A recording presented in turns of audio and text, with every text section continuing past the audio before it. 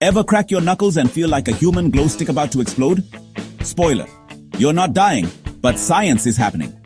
When you pull or bend your fingers, the pressure inside your joints drops faster than your phone's battery at 2%. That pressure drop causes gas bubbles in your joint fluid.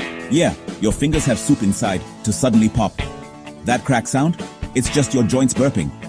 It's called tribonucleation. Fancy word for bubble go pop. And no, it doesn't cause arthritis. Your grandma was wrong again. So next time someone says, stop cracking your knuckles, crack one more just for science.